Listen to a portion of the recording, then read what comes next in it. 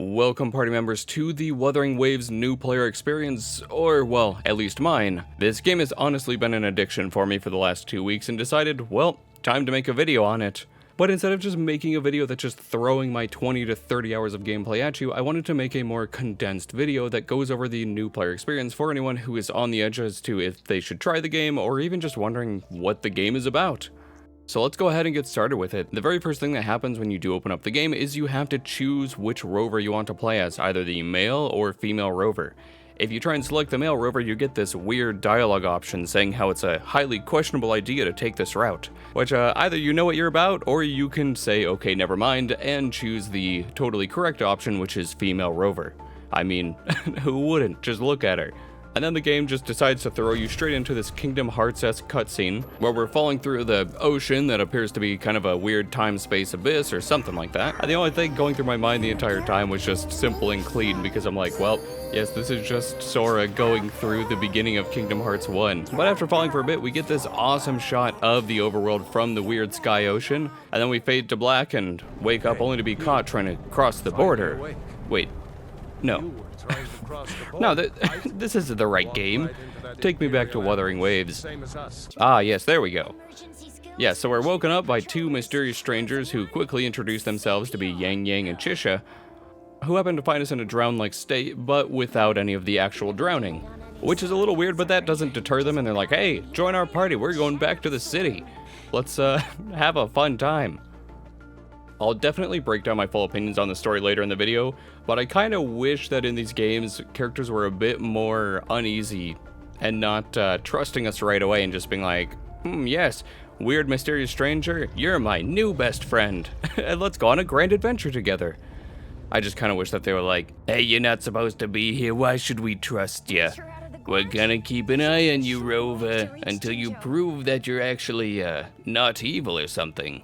Because the thing I've learned about the story so far is if you step outside of the main city, pretty much it's only filled with villains. So, I definitely don't see why they're so trusting of us right off the bat. After a bit of exposition, we get the usual action RPG tutorial. How to walk, how to fight things, how to run up walls, which is actually pretty fun. And then we really start to get into the meat and potatoes of it. We start learning what resonance abilities are. We start learning about Forte and our gauges and our intro and outro abilities. I honestly would have preferred if they went a little bit more in depth here with this part of the tutorial. I know, at least for me, I didn't even notice that the outro gauge was a thing for the longest time. It definitely took me a little bit of time to realize that the circle filling up next to the Forte bar was for the outro ability. But hey, I don't claim to be the best gamer, but I do learn over time. That is my one redeeming quality. But once you do learn the combat, it is a ton of fun. It does almost remind me of a Nier Automata style game. That game I absolutely loved. That was one of the first action RPGs that I went through 100%. I was like, yes, I need to complete all of this. I need to see the entire story, and getting something kind of in the same vein is a lot of fun. While not perfect, it's definitely not as fluid as Nier Automata. This combat system is still intricate enough to really hold my attention, and it feels like I'm getting better and better the more I play. After mowing down a bunch of little enemies and one much bigger enemy, we use our Breath of the Wild glider to go down into the pit and talk with Baija, who said that she wants to give us a medical examination, which I'm totally not against, but we are rudely interrupted by this JoJo stand looking character who wants to fight, or at least that's what I thought at first, but this quote-unquote boss won't actually attack you unless you attack him first, so you can just kind of have him follow you around, at least within the boss arena, which is kind of funny, until you strike first. So if anyone ever questions it, Rover was the one to strike first. And yeah, here's how the boss fight goes.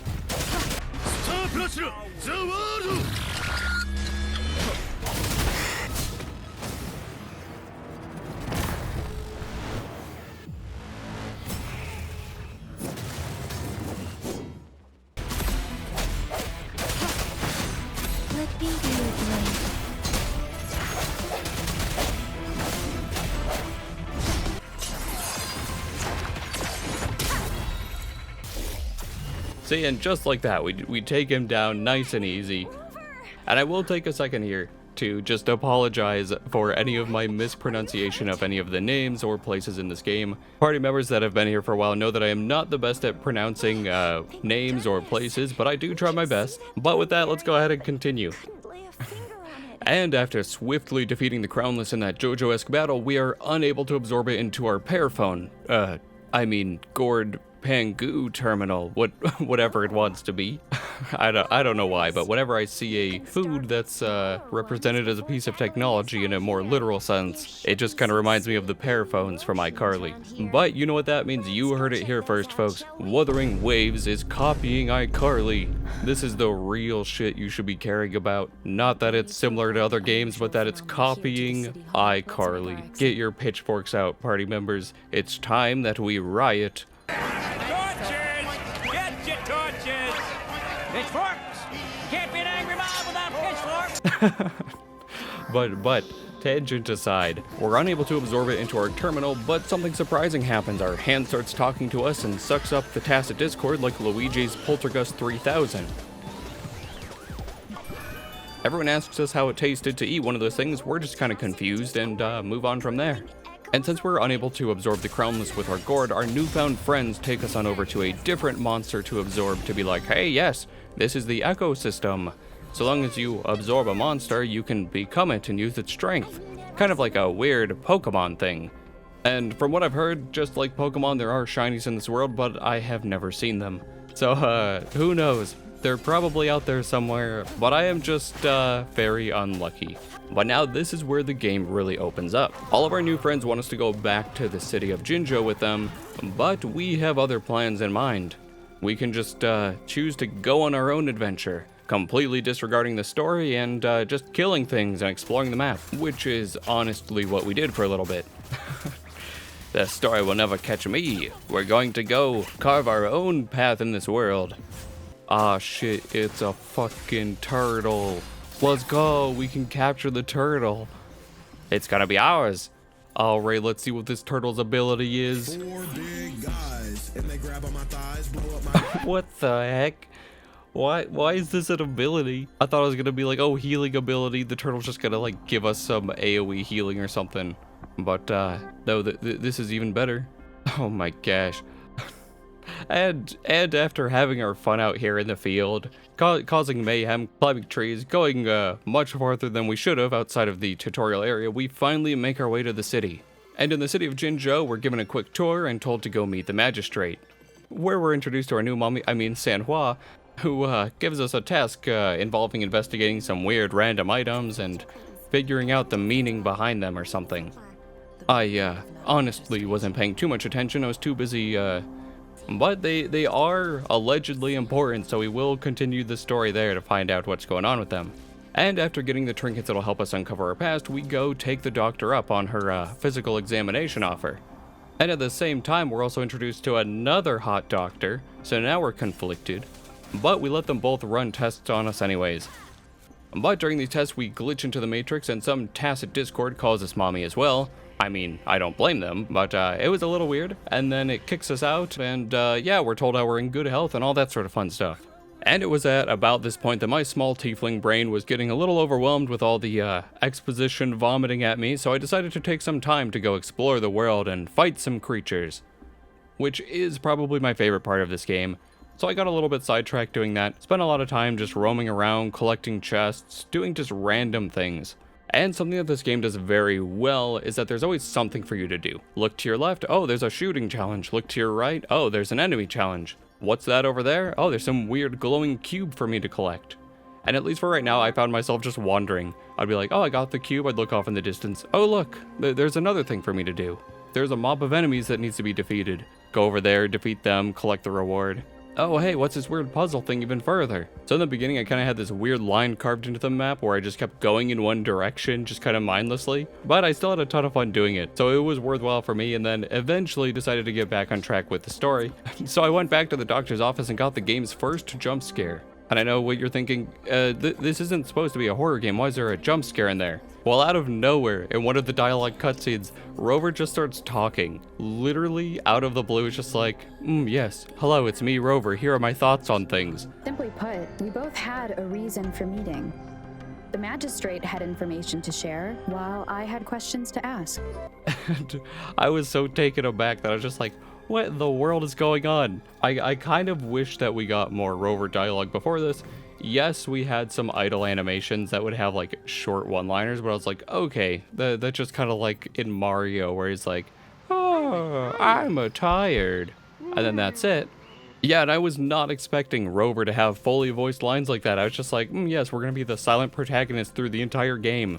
Even some of my friends like were caught off guard the moment Rover started talking. They're like, hey, Haven, did you know this? Haven, I don't know what's going on. Why do we suddenly have lines? And although they are kind of random, I do wish that we had more of them in non-story related cutscenes, just to help flesh out the Rover character a little bit more in just the everyday cutscene instead of other characters kind of having that spotlight. But yes, that's this game's one jump scare, just Rover talking out of nowhere. And it was around this time that we got access to something called convening. And convening by definition is to come together in a group or assemble, which sounded like a social feature to me, and being as anti-social as I am, I decided to just let the timer run out on that feature and skip it for now. And with a lot of these games, I'm not too big into the social aspect, so usually I'll see how far I can go just as a solo player. But that didn't deter us from our main mission of getting farther in the story, and I guess now that we're kind of through the beginning tutorial, this will be a good part to kind of break down my thoughts on the story itself. At the time of recording this episode, I have currently completed all of Act 1's story, and also completed a bit of the Tower of Adversity, so for all intents and purposes, I am in the endgame at this point.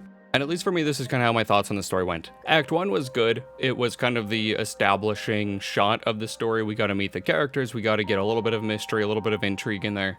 But the main downside is that the story does dump a lot of dialogue on you in the beginning, which I'm not personally too much of a fan of. I'd much rather these stories show us and not tell us kind of what's happening in the world.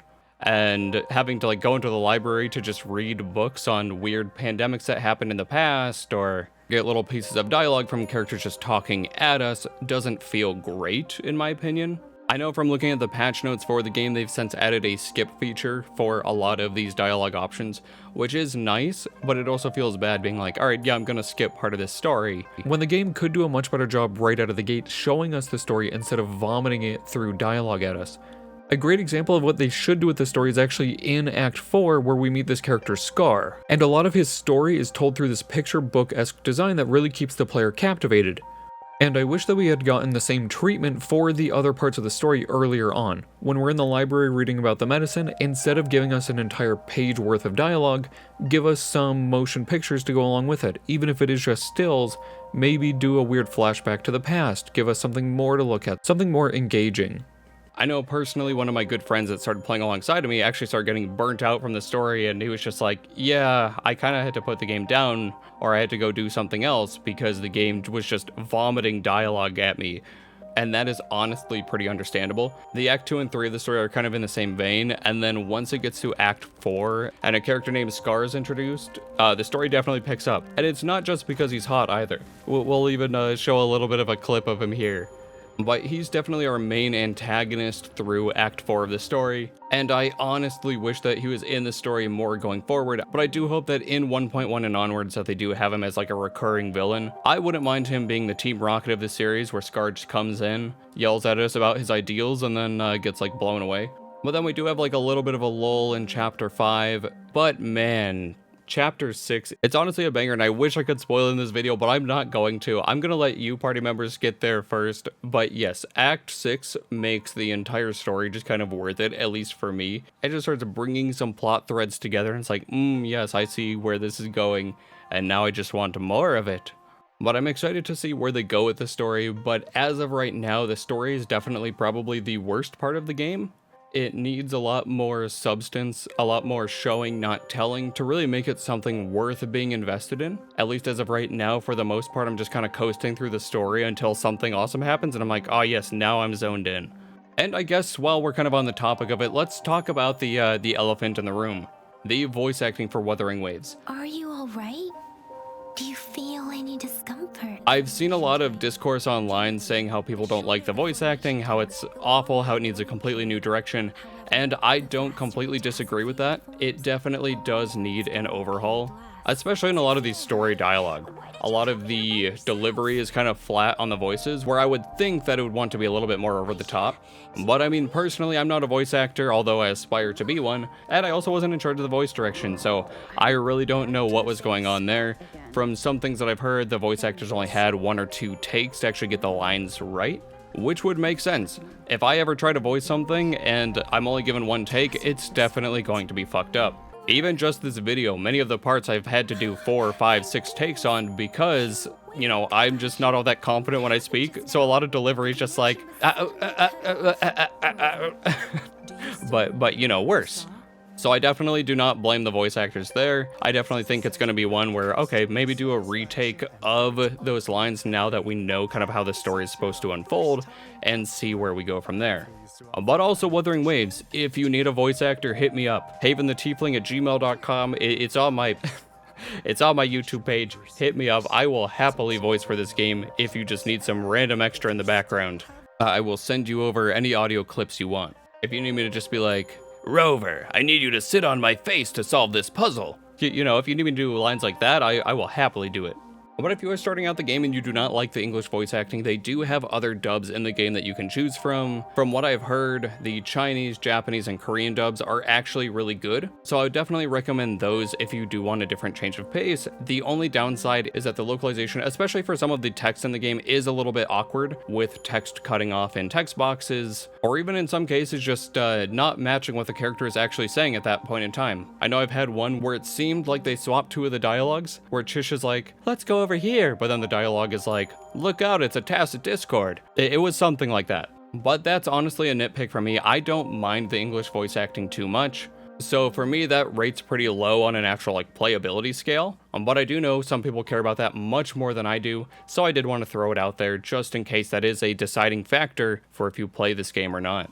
But with the negatives out of the way, let's go ahead and get into the positives. And as I've stated before, the combat and exploration are really what carry this game. The exploration reminds me of something that you would see in like a Breath of the Wild, where you're in an open world, you get to explore, you keep finding new things here and there, and the game does a great job in guiding you to the next point of interest. Either on the map by seeing where the fast travel markers are so you can start heading in those directions, by using the butterflies or other in-game challenges to lead you to new areas that you might not otherwise explore. And it's been a blast seeing a wall and being like, ha, I can run up that. I can make it to the top, and just trying it, just going up. There's a massive sakura blossom tree that you're just like, yes, let me try to get to the top of that, and it turns into a little bit of a platforming puzzle of, okay, how can I jump across these branches to get all the way to the top? Or you follow some butterflies through a waterfall, revealing a cave behind the waterfall that's like, yes, here's a bear you can fight that has a treasure chest after you defeat it. Just a ton of fun stuff like that. And back to the combat. The combat is very fluid, very fun, and I know I keep mentioning it, but it really does feel like I'm playing like a Nier Automata or one of those action RPGs, kind of like a Devil May Cry or something like that. The game introduces a bunch of mechanics that are very simple on the surface, but can get very complex as you start to learn the characters. When you first start playing, it's just kind of like a, alright, just button mash until my Resonator ability is up, and then my Resonator Liberation, like the ultimate ability, and just kind of combo those back and forth. But then you start adding in intro and outro abilities. So when that circle gauge fills up next to your forte bar, it's like, okay, now I have my outro ability online. And then you look over on the right hand side of the screen and see if any of the character panels have sound waves going around them to see if their intro ability is up. Then you start comboing those abilities together. And once you have those mastered, then you start getting better at the parry mechanic. Sometimes enemies will have a golden ring around them that when you hit it, when it's aligned with another ring, it'll cause your character to parry, dealing a shit ton of damage to the monster. And sometimes even breaking its guard. So you start getting better at that, which then you can start using during your Resonator Liberation abilities or even just your normal like Resonator abilities. And then once you get good at those, then you add on another layer. You're like, wait, my character's ability goes over 1 second long, so I can actually switch out to another character in the middle of their ability, keeping them on the field invulnerable, attacking while I'm doing damage with my other character. So it becomes a system that's very fun to use and fun to learn just how far you can go with it. But yes, as you can probably tell by me just kind of gushing about this game, although it does have its drawbacks, this game has been a ton of fun to play, and I'd personally call myself addicted at this point. And I wanted to share that love with all my party members. But I guess to kind of start bringing us full circle on this video, what can you expect as a new player getting into Wuthering Waves? Well, for one, you get a story that is honestly kind of like a wave. It has its highs, it has its lows, but it is captivating enough to kind of keep you going. It isn't something to write home about. It's not a story that's gonna like blow you away like a Nier Automata style story, but it's not so bad that I would consider dropping the game over it. The voice acting and localization for the game definitely need some work, and one quick and easy solution to that would be hiring me as a voice actor. I will happily voice anything in this game, even if it is a random guard standing on the side of the road somewhere. And then, although we just talked about it, we'll reiterate here, the combat and exploration are really what carry this game. I know I've mentioned a few things in this video in regards to exploration, but the game takes it even further in some areas, especially once you do start exploring and finding different challenges out in the wild. One good example is, you know that boss we fought in the beginning, that crownless guy? Well, he's back. And you can refight him if you want, and he's even harder and will give you some cool rewards if you do beat him. And it's kind of like that with any boss you find out in the world. You can go back, you can fight them, you can get their echo, which will give you a ton of awesome abilities that you can use, like riding a motorcycle. But I don't want to spoil too much because I do want you party members to try the game if you are interested. Otherwise, we will be making some more content on the game, so definitely do check that out. The one final thing that I will touch on before I wrap up this video is the endgame content. While that isn't the focus of the video, I know a lot of players might not want to play a game or might choose to play a game because of the endgame content itself. And the major things that you can do in the endgame content are as follows. The first one is the Tower of Adversity. It's a tower that just kind of keeps getting harder each and every level that you challenge all the way up to level 100 at the time of recording. You also have a roguelike dungeon known as the Illusory Realm, where you basically go in, get to feel like a badass, and fight a bunch of tacit discords for some cool rewards. And then the final one is the complete opposite, in which the game makes you its bitch and makes you fight holograms of very, very strong bosses. It's basically kind of like the previous boss thing I was talking about, except they're all on steroids and were, at least for me, one-shotting my team. But before I wrap up, if anyone knows what these currencies are, definitely let me know. I just keep accumulating them, but I have no use for them. And I still haven't tried that convening social feature, so if it's any good, let me know as well. Maybe I'll give it a shot someday. At this point, I'm not too sure. But thank you so much for coming out today, party members, and thank you to all the new ones that have been joining us. My name is Haven, and I hope to see you in the next one. Bye-bye.